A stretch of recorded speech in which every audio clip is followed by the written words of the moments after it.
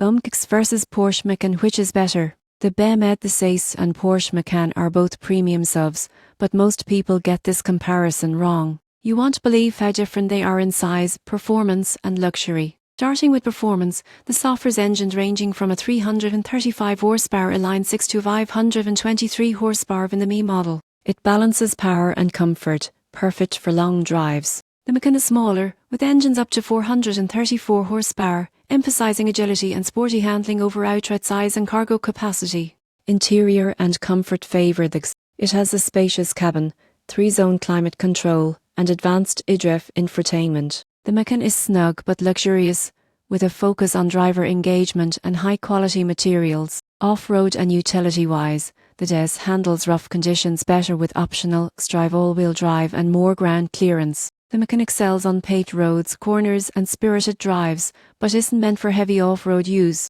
In conclusion, choose the BMW SAIS for space, comfort and versatile performance. Choose the Porsche Macan for sporty driving, nimble handling and compact luxury. Both are excellent, but your priorities, comfort versus sportance, will determine the better SUV.